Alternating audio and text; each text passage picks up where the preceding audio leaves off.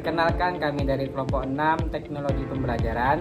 Saya Muhammad Samsul Aditya. Saya Rina. Saya Elviana. Kami akan membahas tentang media audio. Silahkan simak video setelah ini. Baik, yang pertama yaitu pengertian media audio. Media audio adalah salah satu jenis media pembelajaran yang menyampaikan informasi, pesan, atau materi pembelajaran melalui elemen suara. Media ini dapat berbentuk kata-kata lisan, musik, bunyi-bunyian, atau suara efek khusus yang bertujuan untuk mendukung proses belajar mengajar. Media audio umumnya digunakan untuk menyampaikan narasi seperti cerita atau penjelasan konsep, dan juga untuk memberikan instruksi belajar, membangun suasana belajar yang menyenangkan, dan juga untuk mendukung keterampilan mendengarkan, terutama dalam pembelajaran bahasa. Media ini bisa sendiri atau digabungkan dengan media visual, seperti video sehingga menjadi audio visual. Selanjutnya yaitu karakteristik media audio. Yang pertama yaitu mengandalkan indera pendengaran. Media ini diakses melalui telinga sehingga cocok untuk peserta didik yang memiliki gaya belajar auditori. Yang kedua yaitu mampu menyampaikan emosi dan suasana, yaitu suara musik, intonasi, dan efek suara bisa membangkitkan emosi, memperkuat pesan, atau menggambarkan suasana tertentu. Yang ketiga yaitu sifatnya fleksibel, yaitu dapat digunakan di berbagai tempat, bahkan saat siswa melakukan aktivitas lain, seperti saat dalam perjalanan. Yang keempat yaitu tidak bergantung pada visual, tidak memerlukan layar atau tampilan visual sehingga dapat digunakan oleh siswa dengan keterbatasan penglihatan. Yang terakhir yaitu dapat direkam dan diputar ulang. Media audio bisa direkam dalam bentuk file digital seperti MP3 atau WAV dan diputar ulang sesuai kebutuhan belajar siswa. Selanjutnya yaitu jenis-jenis media audio, yang dimana jenis-jenis ini ada 5 macam. Yang pertama yaitu radio pendidikan.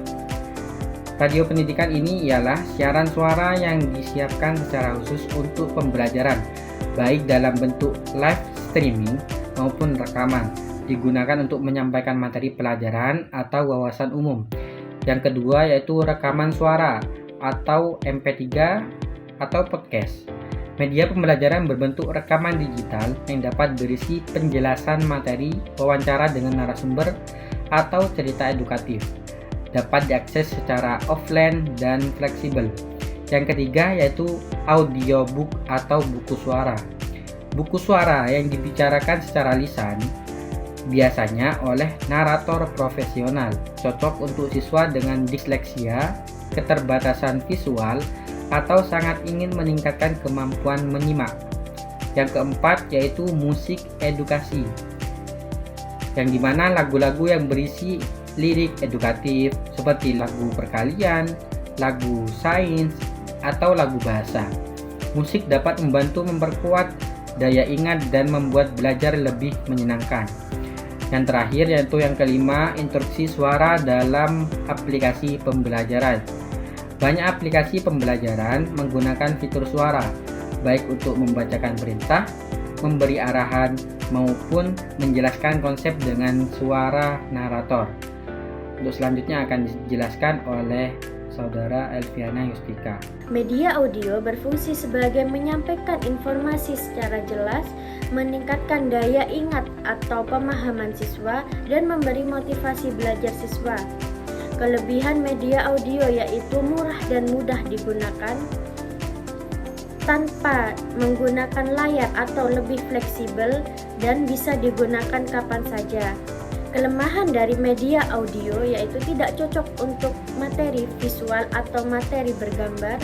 Siswa lebih cepat hilang fokus dan tidak cocok untuk materi yang sangat rumit. Untuk selanjutnya yaitu contoh penggunaan media audio di dalam kelas.